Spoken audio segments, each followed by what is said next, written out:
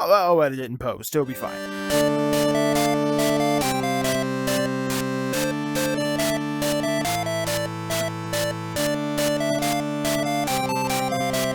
Hello everyone, my name is Steege and I am the social media manager for Cards and Tankards, and today I am so happy to be joined by Avid, the creative director of Cards and Tankards, and today we're going to be talking a little bit about the most recent update, the 2.3 update. Big changes that have gone into effect that we'd like to talk about, as well as take some community questions, do a little bit of Q&A about that, and a lot of people had questions regarding the future of the game, as they always do. So we'll get into that a little bit as well. So we'll cover a couple bases today. So before we begin, for those who don't know you and maybe are new to the game, maybe just discovering the channel or whatever, we want to give a brief introduction. Sure, yeah. So I'm Avid. I'm the creative director for Divergent Realities, working here on Cards and Tankards. I also work as the lead game designer, so anything in the game that you guys interact with system-wise or design-wise, whether it's the daily cards, the season pass, any of the cards, their artwork, their animations, their effects, all of that stuff is stuff that I'll design and work on along with my team and the owner of the project, Emrys. Excellent. So let's start talking about the 2.3 update, the most recent update to Cards and Tankards. So first of all, this was a pretty big update, especially for not being like a main expansion update or something like that. So why don't you talk to us exactly how big was this update? What was the scope of this?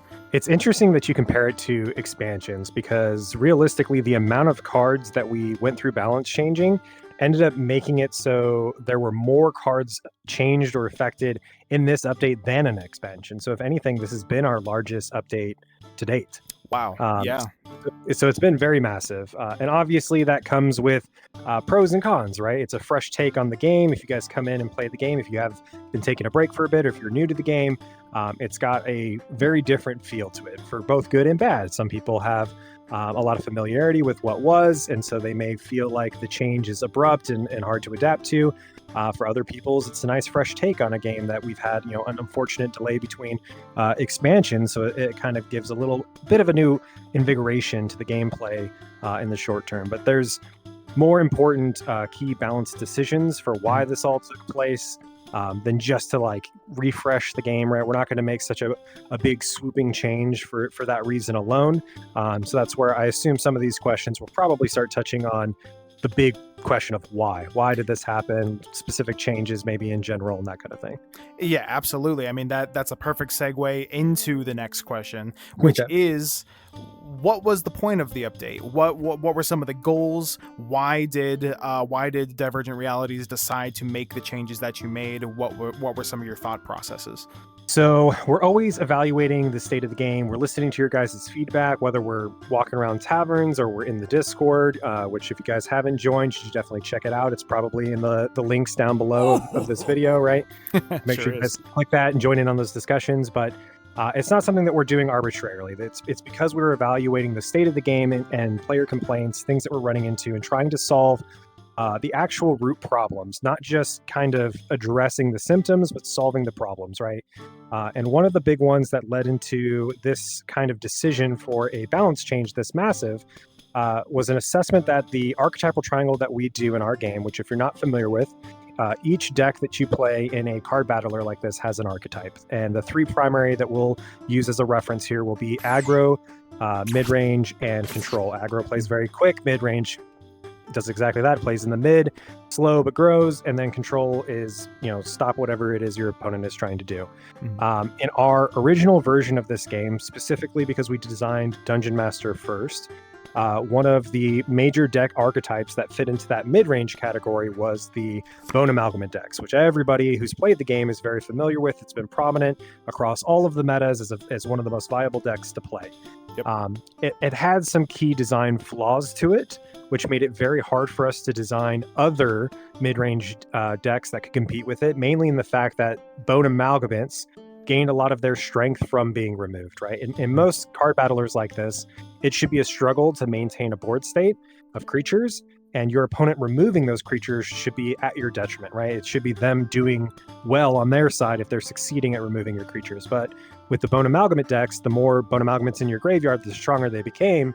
And so your opponent's only chance to try to counter your board state was just strengthening the future board state. And that kind of loop became very toxic in a way and very powerful to the person using it, that like any other deck that compared to it just didn't stand a chance, because your opponent removing any other, no matter how he did a combo for any other mid-range deck, if your creatures were removed, you were punished for it, but Bone Amalgamates were not. And so that was an unfair advantage that we just really couldn't design against.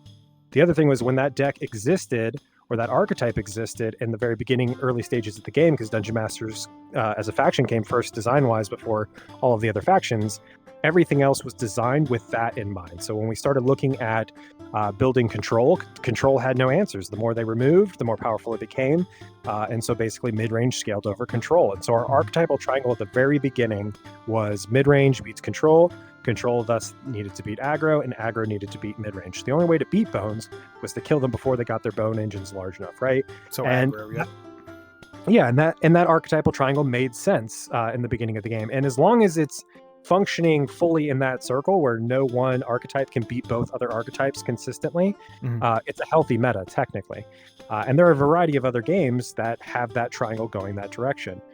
And so we built into that as we designed and released more cards, the other expansions, which came out after Dungeon Master, the Crusade of Sun and Stone expansion that we did. All of that kind of fed into that same archetypal triangle, that mindset. Things like the Vanguard, for instance, existed as a very strong counter aggro that we could give to Control, so that way they could have that advantage against aggro, stuff like that. But the reason we really wanted to switch this archetypal triangle, and I know this is a very long explanation, but it is a complex discussion. It is, yeah. Is the fact that when that triangle is happening that way, mid-range beats Control, Control beats aggro, aggro beats mid-range, it means that Control beating aggro feels horrible for the player. And we've gotten that feedback for a long period of time. If you're playing ranked or just casual matches, if you're playing aggro, you're expecting to win by turn 6 or 7. Right. But if you're playing against a Control deck and Control succeeds at preventing you from getting your win condition, you're basically out of hand resource. You're not really going to have a chance to put that pressure on. The Control deck is potentially even healing at that point, so it's making it impossible. Even if you did top deck like an extra damage source, you're no longer within lethal range. And so basically the aggro deck is just already dead and being dragged along for another 20 turns until the Control deck gets its win condition, right? And while we were evaluating that discussion initially, we were thinking about, okay, is the solution creating faster win conditions for Control? The downside being, if you give a fast win condition to Control, you're not just giving it to Control, you're giving it to everything else. Right. Because that win condition could be used in mid-range, could be used in aggro, depending on how fast it is. A lot of Control decks use, for instance, like combo. And if you make a fast combo solution, then that can be used for things like the Cosmic Reanimation deck, which can be an aggro combo deck, stuff like that. So instead, after a lot of thought and internal discussion, as well as public discussions with the players, the decision was made that we wanted to reverse our archetypal triangle to make it so that way Control no longer had an advantage over aggro, aggro had advantage over Control. And when we say this archetypal triangle exists, I want to be very clear. It is not a situation in which it is like exactly rock, paper, scissors, where if you are playing aggro, you guaranteed beat Control. It is a matter of advantage, right? So we're talking maybe like if you're going in normal matchups where it's like mid-range versus mid-range, we're hoping for a close to 50-50 matchup if the game is balanced. And then if you're playing aggro versus Control, where you're supposed to have advantage, it's more like 60, 65% or 70%, like depending on how well the decks are built, who's playing them and everything. But it's not a guaranteed victory. And that's a key thing I want to point out. I don't ever want you guys to feel like when you're playing our game that if you start your match and you start playing aggro and you realize your opponent's playing mid-range now, you're like, oh, I should just forfeit because there's no chance that I have to win this. You definitely still do. It's just going to be a little bit harder than if you were playing against a Control deck. But anyways, so we decided to commit to changing that archetypal triangle, and that meant that we had to basically look at a lot of the key cards that we originally designed to keep the archetypal triangle going the way that it originally went. Things like the Vanguard and a lot of like removal sources being at lower curves and being able to counter aggro as well. We had to start shifting a lot of those values to like higher curves and things like that. But yeah, that's really... I don't want to like answer too many of the questions all at once. It's fine, in case I'm touching on all of them. But that's basically the main reason for the decision for the archetypal triangle change. And after all of the balance testing from all of these redesign discussions and actually implementing them into the beta branch and testing them, we brought in all of our Platinum Plus players that signed up and that met our qualifications right. And we went through all that testing. The game, to me and to a lot of those players, we had a few that still don't like some changes, but holistically, all of them agree that all of the changes have put the card game in a better state, a better balanced state. And for me as a designer, right, as I'm looking at it for the future, not having to design against a deck like Bones the way that it used to function means that I have so much more design space to work with now for making future mid-range decks, that all of which can be viable now. As soon as you get your hands on it, you don't have to decide, do I want to play this deck or Bones, which is just better, right? Like, it's now going to be an option that you can just switch to and try something new and enjoy the game in a new state. And that is so much better for the meta moving forward, as well as the fact that the aggro decks having that advantage against control, even though they won't win all the time, will hopefully not have that negative experience of being dragged along in a match that's much longer than they were hoping for as much anymore. And that's the goal, and that's what we've accomplished, and I'm pretty happy with it. So yeah, it definitely sounds like not only were you trying to fix the game in its current state and make it so that things could be a little bit more balanced and not having to balance around like you said, one specific kind of deck. In this case, the deck or the faction that was made first whenever the game was first being designed, but also you're looking towards the future a little bit. You're trying to make balance changes and just card changes and faction changes in a way that you'll be able to build upon this for future expansions. Yes, and a great example of like how original design was worse is like if you look at oozes, right? We were trying to make, before these balance changes, we were trying to make ooze competitive against a Bones, like to make you choose ooze over Bones in some instances. And so we ended up going with these different decks that were like infinitely scaling as well, but in a different way. And we had to make it so ooze could combo and scale faster than Bones, so that way maybe it was a viable option. But with enough removal in your opponent's deck, you're just getting hard countered in some situations, while Bones is still benefiting from eventually like just still slow rolling it out, but getting creatures that just get more and more powerful. Everyone kept going back to Bones. No matter how powerful we were making those ooze synergies, Bones just fundamentally is a broken deck, the way that it functioned originally. And it was something that was like cool by design initially. It was something we enjoyed. Obviously, players enjoyed. Everybody wants to get their hands on a broken deck. I had a bone deck. and just go to town with it, right? And have fun. Yeah. But when it comes to trying to build this game long-term and have it be a healthy meta, we really had to look deep at it and say, is this a problem? And the answer holistically was yes. And then the question was, well, how do we address that? We could change Bones and then try to keep our triangle the same. But again, the issue with how bad it feels to lose to control all the time when you're playing aggro wasn't great either. And so we decided to try to change it. We wanted to attempt to change the triangle. And if we couldn't, then we would have conceded that maybe our game just fundamentally can't, because of things like the fact that we decide to give blocker advantage, right? When you're attacking, you don't get to choose what you attack, the blocker gets to choose. And that is a very fundamentally different aspect of our games compared to some other games. And so we weren't sure if that was alone going to prevent us from switching the triangle. I'm happy to say that after all the testing, it was not something that was holding us back. It was the design of the cards. And so now that we've fixed that design, we've outlined how to avoid designing cards that feed into switching that triangle back too much. I think we have a healthy way looking forward. And I do want to say, like, that doesn't mean you guys cannot build a deck that forms still the reverse triangle. It just means by design, I'm going to be making it so that way decks function typically in the direction we're expecting. And your decks that reverse that triangle won't be able to still go both ways. So if you decide that you want to build, for instance, in the future, a control deck that's really strong against aggro, you're going to be putting in so much counter aggro, removal sources or blockers or stall cards and stuff to specifically focus on your advantage over aggro that you're now going to suffer against mid-range. So the matchup that you should have the advantage in, you're now going to have a disadvantage. And that is healthy. And that's what it should be. Exactly. Okay. Well, that's wonderful. And we will talk about some future things going forward in a little bit.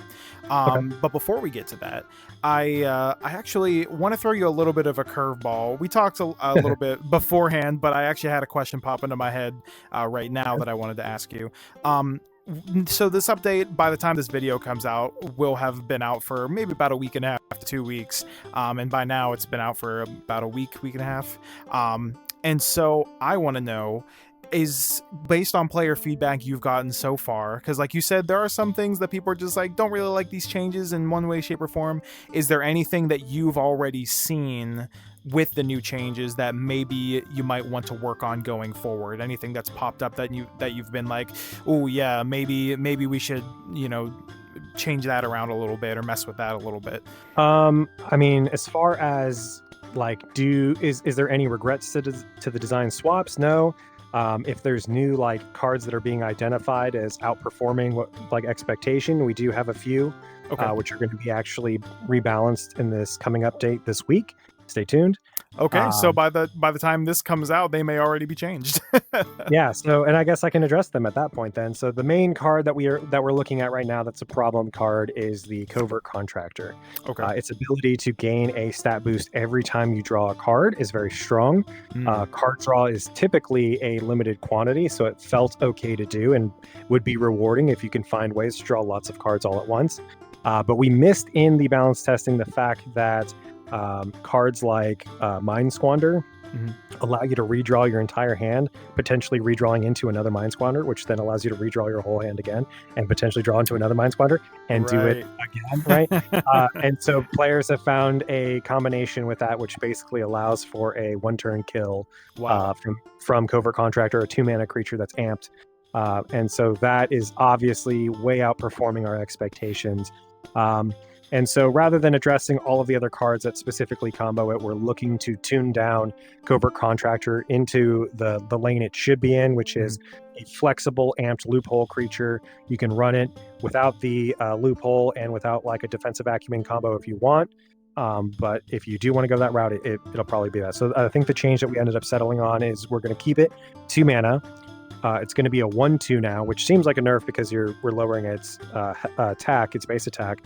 But the reason for that is because it actually makes Loophole stronger. Again, Loophole, if you guys are watching and not familiar, is an ability that allows you to not be blocked. Like your Loophole creature cannot be blocked by a creature that has a higher attack. So by reducing its attack to 1, you allow it to slip through. And with combos like Defensive Acumen, where then if you buff its health, it can deal more damage based on its health, basically. There's different synergies with that. So I think the ability we ended up settling on is that if you draw a card other than like your initial draw mechanic, so through an ability of a card, basically, then it has +2/+0 until end of turn or till the beginning of your next turn. And then if you're devoted, it switches that to the 0 or +0/+2, kind of similar to what it does now. And so basically it'll just be a 2 mana. If you have the ability procced, it'll be a 2 mana 3/2 amped loophole, or it'll be a 2 mana 1/4 amped loophole. And as long as you're not giving it any other buffs, that's like the base level power that it can achieve, which feels healthy, much healthier than what it is currently getting to like a 130 or something creature with amp that you just push forward and get a win with. Yeah, absolutely. That's great. And yeah, by the time this video comes out, that change probably already happened. So that's great that we're talking about it. Speaking of card changes, want to run it back to the 2.3 change or 2.3 update a little bit. So are there any changes, any card changes, specific ones that you thought were especially important? I know there was a lot of changes, a lot of cards were reworked. So like you said in our TikTok video we made the other day, 50% of the cards was your estimation. Were there any standout changes other than, you said Bones was a big change, but maybe other than Bones, was there any standout changes? So yeah, Bones is like a whole deck type that had to get altered, so definitely, obviously, that was pointed out. Vanguard was another one I pointed out. It was designed specifically to be very anti-aggro. Changing it has drastically impacted the meta in ways that we're very, very happy with. There's still other forms of anti-aggro, just not that widespread. And so Control is struggling against aggro as it should. Not that it can't compete with it, but it's a Vanguard, as it typically was, would have just made it like a non-issue, right? So we're happy with that change. Some other big changes that are going to impact like the future of the game long term is like we finally separated ranged from being what it was to 2 separate attributes. So now you have That's right. ranged and quick strike. Ranged is anti-flight, so you can block flight with it. And quick strike is that ability on old range where you deal damage first in combat against range, which now quick strike creatures, right? So that change in separating them allows us to give ranged to more creatures. So flight can have better counters without making it each card like unbalanced, basically, because range was very strong. We had to be very careful originally on what creatures we put it on. So now that we have it separated, the main strength being quick strike and putting that more conservatively on cards while being less conservative for ranged, that was a big healthy change for the game. Sure. Removal in general, we found that like through our analytics, and it's still proving to be so, that Dungeon Master is still like one of the most popular factions, whether it's your primary or your secondary splash. There are key cards within the faction that make it that way, same way that like Plunder is really popular for your fireballs and Dead or Alive. It's like it's just really good removal sources. So if you're building a deck and you don't have a ton of good removal in your deck currently, like splashing that, or like the now Echoes of Varanthal used to be called Call of the Old God, and like your Dark Matter Blast, for instance, right? Like splashing those into your deck is pretty key. But we didn't want it to feel like you had to always include Dungeon Master for things like Final Spell. So a big change in update 2.3 was that we added a form of like mass board removal to each of the factions. So Maggie went from dealing 9 damage randomly split, which, you know, depending on the lateness of the game, if they have a bunch of big creatures, felt like no impact at all. Sure. To now it basically kills everything that has lower attack than it when it dies. We changed. We technically didn't add as massive of a one, like it's not as immediate, but we do still have Fireball, which is spread, as well as Poison Bomb got reworked to now apply a poison status, which deals 1 damage at the beginning of every player's turn. So if I give poison and I pass my turn to you, 1 damage. As soon as you pass it back to me, 1 damage. So it kills those creatures off still relatively quickly. And because of the fact that it has a delay, we can lower the cost to play it and get that off. But it basically, again, is a kill literally anything. It's just a matter of how much time is it going to take for those things to die. So that was added to Plundering Guild. And then for Outer Order, we added Improvised Laws. We completely reworked that card to now be a mass removal. It's -3/-3 stat adjustment for every contract in play, up to, or I think it's -3/-3 by default, and then an additional -3/-3 for every contract. So it goes up to -12/-12. So that's another big, large creature removal source, right? And so adding those to each of the factions means that we're hoping that players feel less forced to choose Dungeon Master all the time, and we are seeing like shifts from prior to the update to after. We're still seeing that there is a favoritism towards Dungeon Master and Plundering Guild for reasons like Necromancy is still the best recursion source. Fireball is probably the best removal in the game. I mean, even at its now higher cost, Love the fact Fireball. that it can potentially remove 3 targets very consistently for only 6 mana is, and it's flexible. You know, you can enhance it and go up if you have the coins for it. So it's always going to be a very popular removal card. Also, the fact that we've now improved the ability to mill people, like as a win condition, to force their discards from their deck to their grave, right? So that way they eventually deck out and die to mana burn. People are playing Plundering Guild for potions as well a little more often. So for those reasons, we understand there's still going to be preferences to those factions for splash purposes as well. But I think overall, all those changes have definitely started working to shifting it where it's not as dramatic. And we're happy with that. I'm not sure, like there's so many changes that were key and instrumental. Like as we were looking through it, going through the discussions in the Discord with the community, I literally went line by line for every single card and was like, is this card feeding into the other archetypal triangle? Like, is it anti-aggro, or is this, you know, preventing some strategy in some way, what have you? We also, so like the fact that we did that, you know, so many cards changed that I would say are important. Another big holistic change, though, that I think was important was like we finally settled on subtypes for each of the factions. Obviously, Undead was Dungeon Master. Oozes was always just Wild Horde. Plundering Guild had both like nobles and mercenaries and didn't really know what was going on. Right. Had underlings and mercenaries we didn't really know. So we decided nobles completely went away. They were kind of like splashed through all. I guess there was like Royal Crypt Guardian was a noble originally too, but like nobles just thematically as well, like you're not going to have as many nobles as you do underlings, for instance, right? Like, and in my mind, if you're going to list a noble, it'd more be like a legendary type creature rather than just a rank and file. So thematically and just design wise, we decided to move away from that, really lean into mercenary for Plundering Guild, and then keep focusing on underling for Augur Order.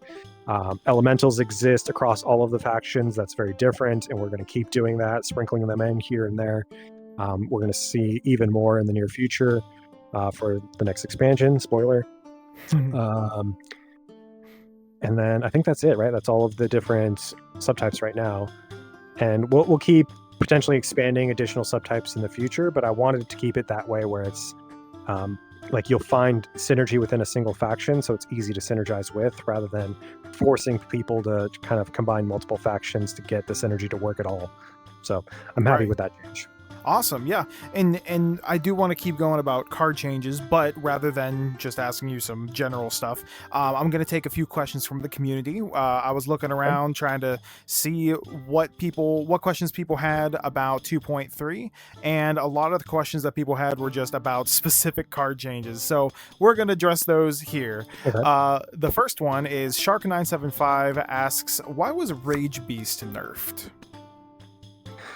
See, that's a loaded question because the suggestion is that it was nerfed. It was reworked, right? The card had a specific identity, which was like damage to other creatures. The way it did that punished smaller creatures more than it did larger creatures. And when we talk about the holistic changes to adding like large board state removals to each of the factions, Ragebeast just didn't compete. Like it doesn't do enough damage to matter. Right. And if anything, it would be like specifically punishing against aggro, but by the time you're playing a Ragebeast, aggro's already won. And so its identity just didn't make sense anymore for what it was trying to do. And so we needed to rework it entirely. We were trying to figure out a way to keep it having a unique identity, and that's where we ended up changing it to having the Unyielding, the new attribute, where if you attack with it, even if it's blocked, it's going to continue trying to deal direct damage. So the only way to prevent that direct damage is to kill the creature through blocking with enough creatures. It's like a more aggressive version of one-man army almost, but like at least with one-man army, you can chuck block it and prevent the direct damage, even if you can't deal damage to the thing. So like this is just a different level of aggression. Which you can still prevent, right? Like it's not like Trample from other games where when you block it, the excess damage gets over every single time you block. Right. If your opponent throws enough into it, right, they can still stop that damage. And so I'm happy with what the ability is. It feels strong. Players are really enjoying it. In some cases, the stronger like you can make the attack, the less your opponent can, try to ignore it. Because like it starts off with, I believe its stat line is a 4 attack, right? And so if I'm attacking with that, if my choice is, do I block this and sacrifice 4 creatures to kill it just to prevent 4 damage, or do I just take 4 damage? My choice might be to just take the 4 damage and keep my 4 creatures.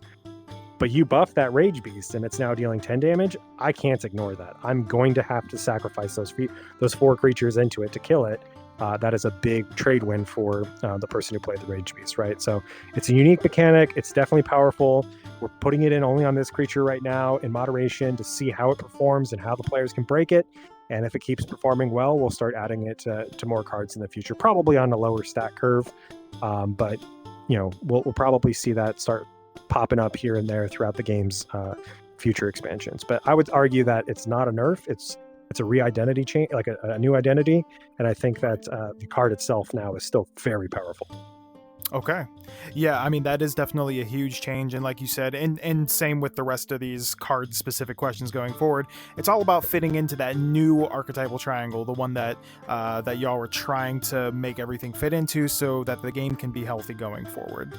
And on that note, Shark975 also wanted to know about Adventurous Farmhand, the reason behind the changes to Adventurous Farmhand. So the mercenary decks were really, really strong in the beta testing, especially with like Master Alchemist, the ability to convert your coins into buffs for your mercenaries, Heraldry of Curdam, synergizing with like your mercenaries and such. there's just a lot of power behind the mercenary synergy, and having a really low cost creature which now, like, we've made it a lot easier to gain coins in those decks specifically because your Adventurer's Dying give you a coin if it's proccing like Heraldry, for instance, right? And so having stuff like that, generating all those coins, having 4 when you play it is not hard to do.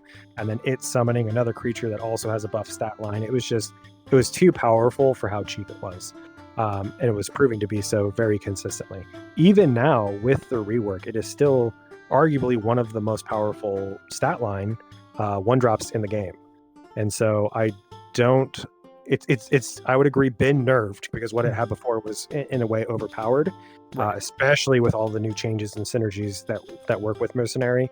But even after that, if you have the coin to use on him, which, I mean, if you're playing Plundering Guild as your primary, you'll always have that coin beginning of turn. It is the best 1-drop in the game as far as stat lines, right? And so I think it's still fitting its purpose perfectly. Still a mercenary synergy for you to combo in with everything else. But yeah, that's why mainly why the change was made. It was just too strong the way it was before. JR112 asks, why the Great Revitalization change? Wow, that was a tongue twister. Great Rev. Why the Great Rev change? So Great Revitalization was one of those cards that allowed you to basically just sacrifice. Again, I'm trying to over-explain because some of you may not be super familiar with the game. It's a spell that allowed you to sacrifice a friendly creature. You would deal damage equal to its attack, gain life equal to its health, and draw 2 cards. It was an expensive spell at 7 mana, but the decks like Bones before, and even now in the way the game works currently, it's not that difficult to get large creatures. And dealing that direct damage over an enemy wall is very powerful. And if we don't have that kind of mechanic in every single faction, in that free of a way where you just have the creature get sacked and deal the damage without really any kind of issue, because it's not a target selection, so your opponent literally is just taking the damage no matter what. You can have all the taunt in the world, taking the damage. If you don't have that in every single faction, again, everyone's going to splash Dungeon Master just to include that one spell, and that's not something that we wanted. We didn't want to try to create those in every single other faction as well. So instead, we went a different direction where we have consistent ways to go through your wall, but in much smaller quantities. Things like Dreaded Corpse Fingers deal direct damage, your War Camp Followers deal direct damage, right? Things like that. And like your ability to still get through their wall in different ways, but in smaller quantities, allows for better counterplay, and it's just a better experience. It feels bad when you're on the ropes and you're playing really well and you've built up your board and you're doing great, and then your opponent just sacks a creature to deal just a massive amount of damage. It's the same reason why things like Ritual of Annihilation were also toned down from not being a 20 damage spell to 10 damage, or a ritual, but it's now only 10 total damage, so its impact on the game is not as large. We've obviously also adjusted Ritual of Annihilation's mana cost and how long it takes before it goes off. We've shortened that, so it plays a little bit faster and still feels worth it at the lower cost. But we're trying to make the game less of these just like very easy to do one-shots. We want you to try to whittle away at your opponent's health over time, fighting against their board state. Feel a sense of accomplishment when you do so, not just I top decked the OP card, play it and win, and your opponent's upset because the RNG gods were not in his favor. Right. And so that was a big change that I felt was necessary, and I'm happy with the change. But it's, again, I understand for the players, if you've been playing a really long time, playing your bone decks, getting them really big, playing that Great Rev, sacking it, killing your opponent off in one turn, that always felt great. Sorry, the game's more balanced now. It's a little less fun in that regard. You can't have that kind of strength. I highly recommend a game called Yu-Gi-Oh! They don't balance at all. Check it out. But I think it's just a better, healthy state for the game. All right. Well, I think those are all the questions we have about like card-specific questions. We're gonna pivot away from the card changes and the exact like mechanic and card changes from 2.3, and get into some more general questions. Okay. But first, let's talk ranked. So one of the other big changes about 2.3 was there was a rank reset.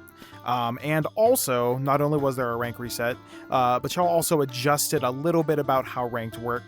And so before we move into that, do you want to explain some of the changes that y'all made? Sure. So again, we're always listening to your guys' feedback in the Discord or while we're walking around the taverns in game.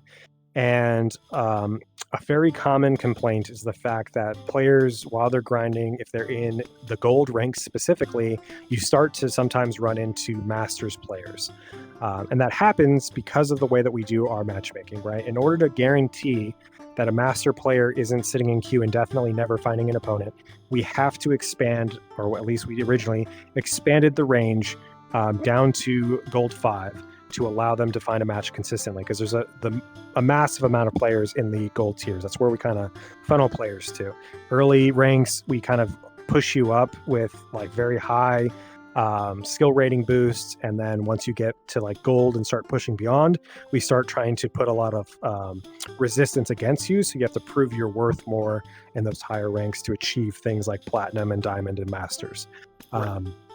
And so because so many players exist in the gold ranks, by allowing masters to match them, it meant that masters players were finding matches within 60 seconds or so. But as the gold player, that can feel bad. We constantly have players coming into the Discord with feedback like, I don't understand, I'm gold 5, why am I matching against top 10 players in the world? And I get that frustration. But if I prevent that from happening, it becomes an issue where, again, the master player who's worked really hard and earned his rank can't find matches anymore, and that's not fun either. And so we had to try to find balances. So we were looking at all these problems that players were coming up with and trying to find solutions.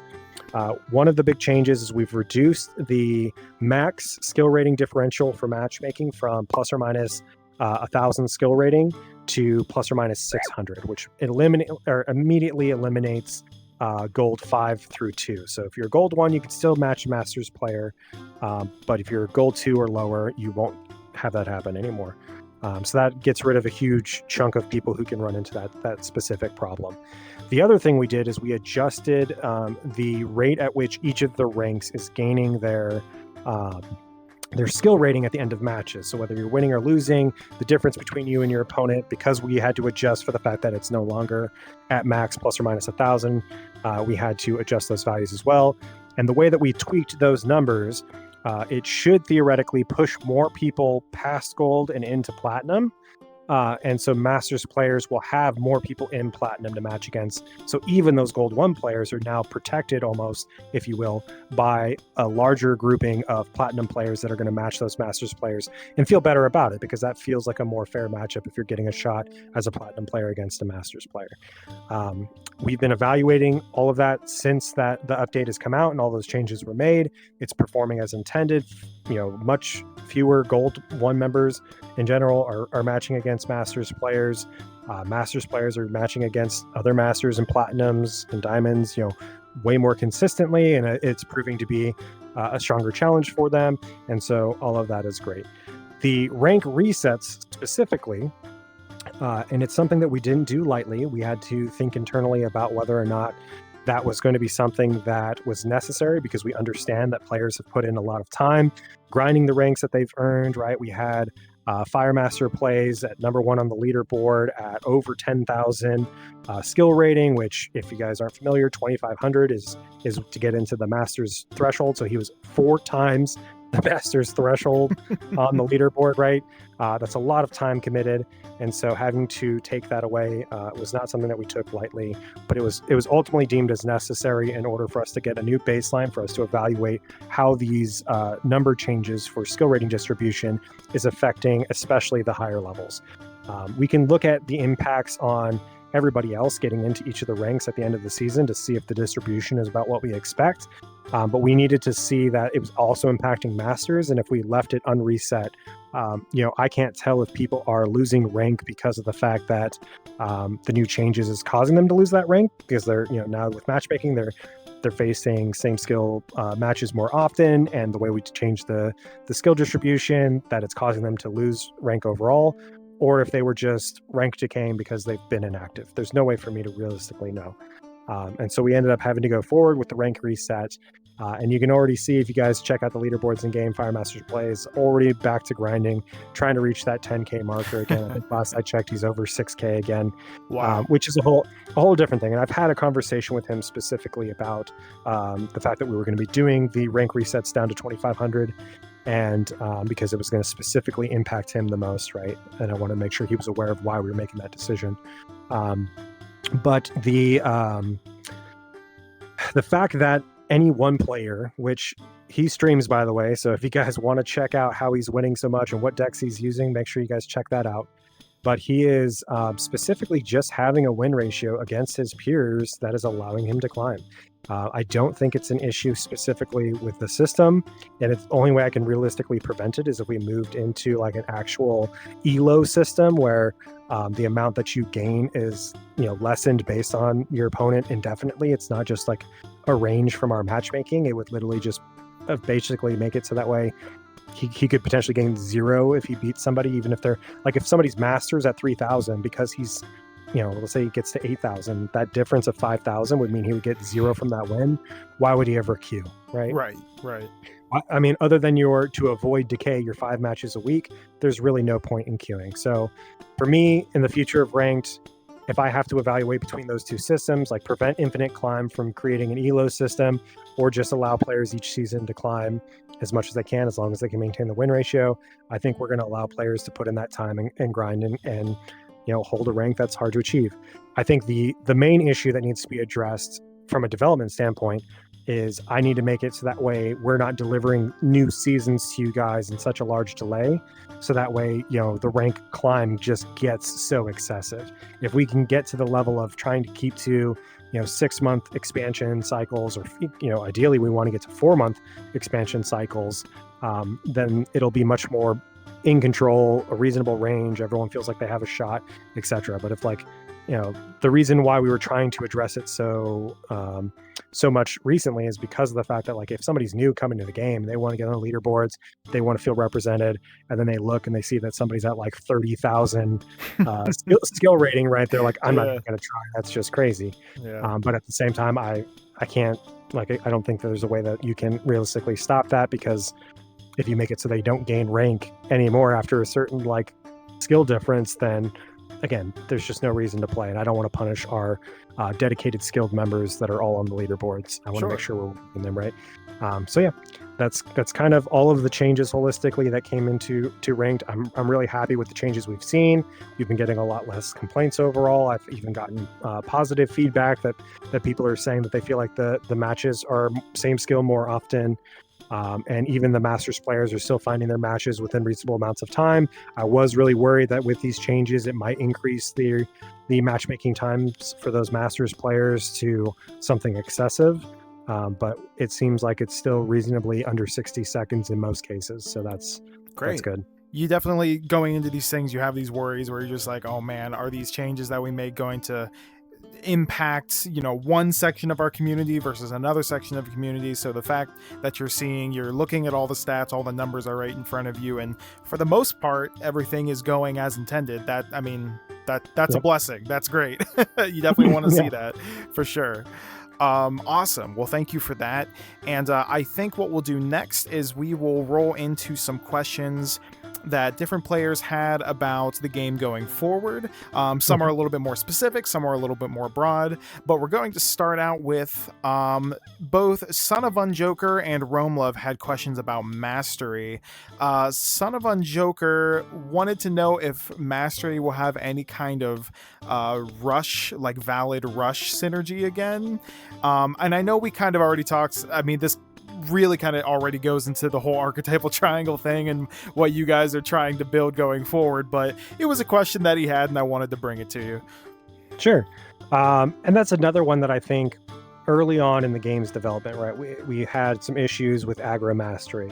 The whole taunt rework that happened in the past to allow for a player to play something that helps protect their direct life points, right, was added because of how oppressive aggressive mastery could be. I'm not saying that aggressive mastery can't exist. I'm not going to specifically design for it, if that'll answer that question.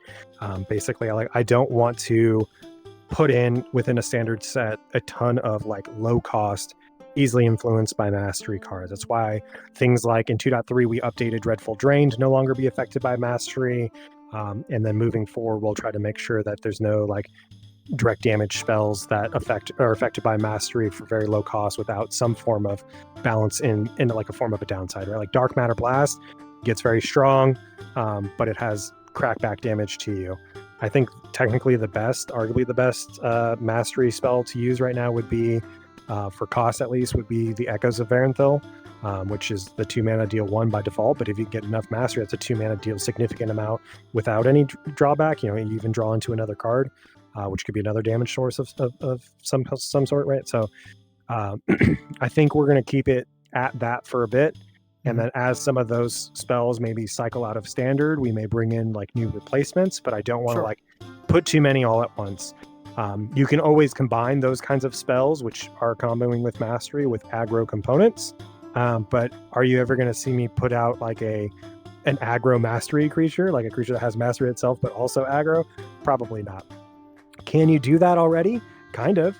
You can do like Book of the Ancient Arts onto a Bone Brute, right? And that'll give it, it gains like its stats because you played a spell and amped, and then also the +1/+1 plus mastery. So like you could kind of do that right now. So that's where I'm saying it's not an absolute no. Players will always find a way, right? Absolutely. But whether I'm gonna like design into it and make it super easy for them, it's not my goal to do so. I want to keep mastery mid-range and control focused. Sure. Well, on that note, and I believe it was, let me check. Yes, it was Rome Love that just had the more general question, like, do you foresee any further adjustments or further changes going forward to mastery in general? And I think where this question might be coming from is, the vibe that I've gotten being in this game the short time that I have, the past half a year or so, it seems that mastery has been regarded as relatively weak in the realm of Dungeon Master, and maybe that's changed a little bit with the update, but do you have any further insight into that, into mastery going forward?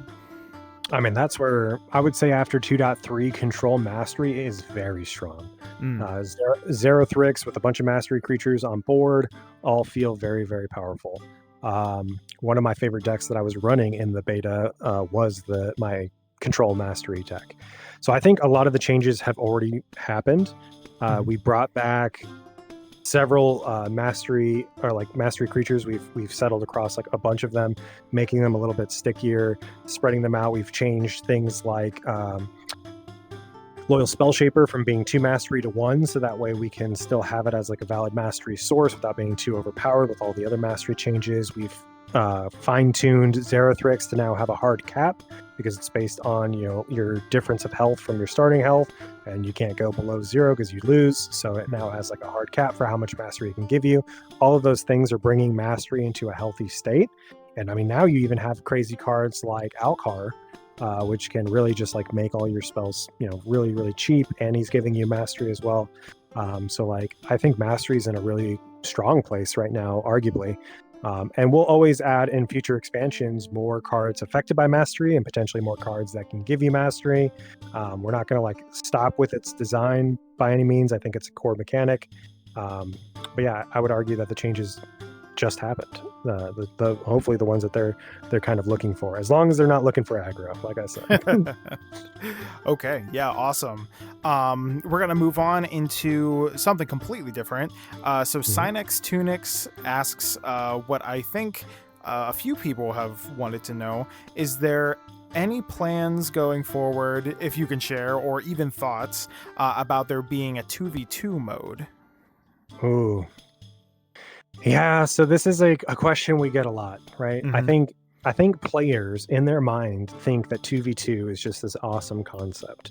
It's something that like I don't know how to describe it, but players get these like ideas in their head sometimes about what they think will be amazing, and then I as a designer have to contemplate like, can I make that a reality?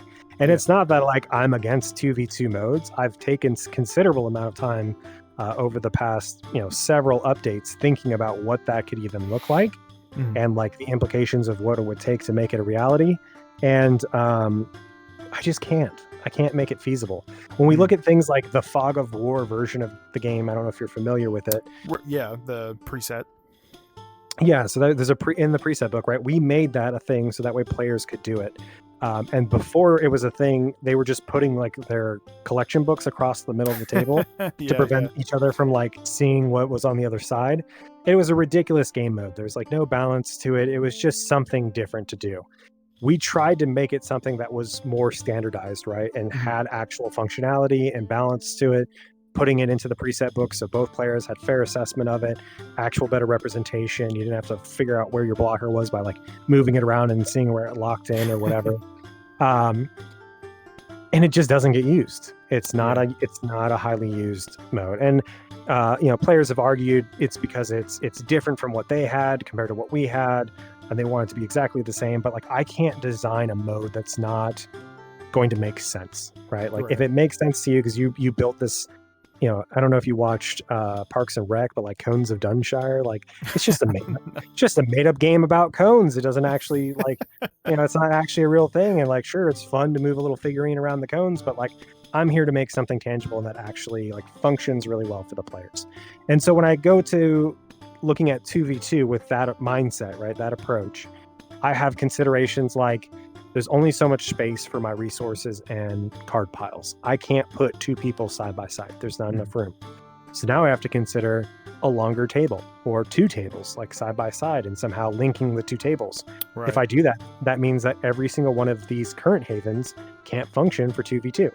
I'd have to specifically make 2v2 havens, which I could technically do. I could maybe like figure out a way to rearrange this to have less than 4 total battles at a time. Maybe it's just 2 battles and 2 battles or something. Like, it's not impossible to do. But again, this all has to make sense for us to go through this much effort to make a mode that we have to believe is going to have high playability. Because if we do things where we spend, months developing a new mode and then players just don't play it, that's wasted time, wasted money. It's just not a smart decision for us. Things like we put a lot of effort into draft, and draft is so underutilized. And granted, that's partly on our fault. We don't push players to draft well enough currently through like the new player experience, and we're going to address some of those things with like new quests and stuff that task players to maybe like build a draft deck. Or I think we had one that we were looking at that specifically rewards them significantly if they complete all 10 draft battles. And so it basically has a quest that might pop up at some point that will shift you into trying to get into those draft taverns to get a significant amount of gold and XP as a result of playing those 10 battles. And maybe by doing that more often, people are going to start enjoying the mode because they realize it exists, and we'll hopefully have those taverns more populated. Right. We'll see. We're going to keep trying to bring more attention to those modes. We've talked about maybe doing a ranked draft in the future, like a whole ranked mode for draft, but we can't argue or like advocate for something like that until we see that there's metrics to support it, that players are actually engaging with the mode. And so when I'm looking at 2v2, like I said, it's just, I can't think of something that reasonably makes sense that I believe I can get enough people interested in, that is going to be worth the time it's going to take to make the custom places, that's going to make the custom setups. I can't just like make this battle system work with that. We would have to redesign the battle system from the ground up to work in a multiplayer like 2v2 situation. It is a ton of work. And again, what's like the significance to that? Like if I were to make it so that way there's 2 tables, like if they don't interact with each other, it's like, what's the point? If it's like some kind of like a point system thing, then it's like, why not just have 2 separate battles and you guys keep track of, like, basically like a 2v or a team tournament where it's like you and your partner's performance helps you progress through the ladder. Like, why not just do that? We can do that with the current single tables. And so that's kind of where my mindset is at. As I've continued to evaluate it, I don't see a reasonable way that we can do a 2v2 battle. I think that there's other modes and things that I would like to bring to the game before that make just more sense to me. If some player came into our Discord, though, and again, we're always listening to your feedback, join that Discord, link in bio. If you guys come up with some great way that we could reasonably bring a 2v2 mode to the game and it completely makes sense and it sounds amazing and fun, and I think players will resonate and engage with it well, outline it for me and we'll have discussions about it, and maybe it'll become a reality. But thus far, everything I've heard from players is just like, put 2 people next to each other or have 2 people control the same deck. It's like, it's not a meaningful enough mode for us to go forward with at this time. Okay. Well, you heard it here. Another question, completely out of left field and not relating to anything else we've talked about. Okay. So we, as you all can see, there has been some amazing animated outfits added into the game. I mean, you're getting the fashion show right here just watching this. And Tucker5 wants to know, will there be any brown animated outfits that we can look forward to? I mean, I'm not going to say no, but it wasn't currently the plan. We've kind of always represented brown as like the base set. So like whenever you look at the season pass, right, the outfits that you can earn for the season from the pass are the brown variants. And then if you want the colors or like the animated versions, those are like the more premium purchases. So it's not like the first color I would probably go to, but I'm not going to say no. Maybe at some point in the future, we'll see. It's not high priority. Okay. Yeah, I mean, hey, I think that's a good enough answer. There's still a chance. Maybe I mean, I won't spoil all of it, but I know like future outfits for the next several seasons, and one of them has like wood grain as like a pretty common thematic. So maybe we'll do something with that. Very nice. There you go. A little insight there. So going back to card mechanics a little bit, poison was just added into the game via the poison bomb. Death to Fools wants to know, do you think in the future we could see any kind of specific counter mechanics to some of these mechanics? And the reason that they said that, we were talking back and forth a little bit. They were saying that the trap that some card games fall into sometimes is that some kind of mechanic will be added and there isn't often some way to like directly counteract that new mechanic, and it'll feel like a little overpowered or a little crazy in some way, shape, or form. So do you think might be like more cards that, for instance, unsuppress, or maybe a card that can cure poison or things of that nature? No. I'm just kidding. Okay, I'm just kidding. So the serious answer is actually no for that specific request, right? And the reason for that is we specifically changed attributes and statuses to make them separate, right? So things like doomed, marked, suppressed, and now poisoned, and I think there's one more I'm forgetting, but those are all statuses, and they're specifically not affected by suppress, right? And we did that on purpose. Will there be a way for us to affect statuses in the future? I don't think so. Design-wise, I didn't want there to be. If you suppress a creature, the whole purpose is it remains suppressed. If you want to counter it, counterplay technically already exists. You spring trap it back to your hand, or when it dies, you necromancy it back, right? If you want to counter poison, keep finding ways to buff that creature to outlive the 2 damage it's going to take from poison a turn. Every like full turn, right? Because your opponent's turn and your turn is 1 damage each. So like for instance, in my Lich deck, if somebody poisons my creatures, I'll try to play 2 Soul Essences a turn as long as I can to counteract that poison damage. So like there are other forms of counters that are less direct. The reason why, and I guess I started off harsh by just saying no, but the reason why is because like if I put something in that's like cure this creature from all statuses or whatever, and I play a deck that has no status effects to give to me, then that's a dead card. Sure. Like me having a card that removes statuses at that point is just completely pointless. So I'd rather design the counters to things like that in cards that are universally comboed in other ways. Like Springtrap can be used for a variety of reasons. The fact that you can use it to bounce and remove a status is, besides Doomed, if Doom was applied at the card level rather than the creature level, which it always is. And we do that again. There's a whole different thing. The reason we do that on purpose is to make sure that like the total amount of recursion you get from some cards is limited. We want Doom to get it off the field and into the banish pile. But for things like Poisoned, you could spring trap it. Things like Marked, you could spring trap it, right? You could temp banish it with Gorging Jellies or what have you. Like there's a variety of solutions and things that you can do. More will come in the game in the future, but they're not going to be designed for that purpose in mind specifically. Okay.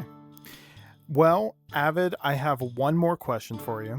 And I wanted to save this one for last only because it is solely about the future of the game.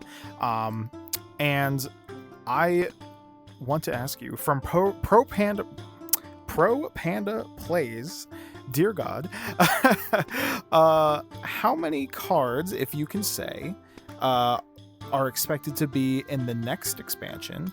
And this is an official developer update video. Is there any hints you can give us as to maybe the theme or maybe something going forward into the next update?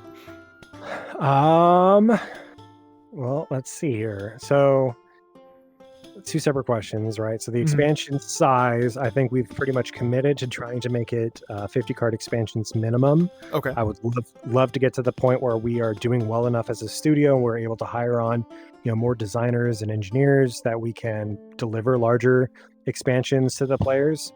But for now, I think 50 is the goal that we're going to keep shooting for. Okay.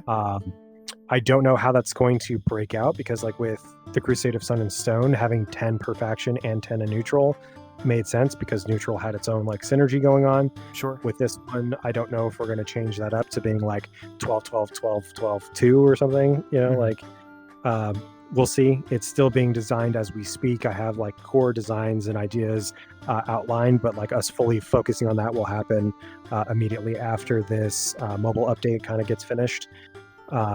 As for what the expansion is about, it deals with a kind of nomadic area or tribalistic area in the northeastern region of Sultanas called Urenku.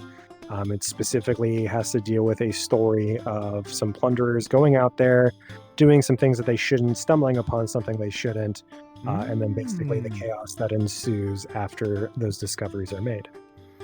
Okay, well, there you go. Keeping it as big as possible. Yeah, of course, want to keep it as vague as possible, but hey, we love any kind of insight. That's very exciting. But hey, that is all the questions that I have for you today. Thank you so much, Avid, for joining me for this developer Q&A. I'm sure all of the community appreciates it as well. Do you have any final things you want to say before we sign off?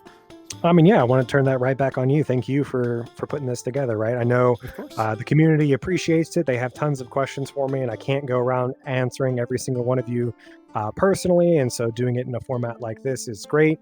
So Steve, as our social media manager, we appreciate that. And you're doing a great job. Definitely keep coming to me with these questions, and I'll keep answering them as they come in. So if you guys have more questions, make sure you find Steve in a tavern and tell him to put it down on his list, or reach out on our Discord. Again, links in the bio. Also, if you guys haven't checked out Cards and Tankards before and this interview has interested you in any way, make sure to check us out at www.cardsandtankards.com. We're free to play. We are very anti-pay to win.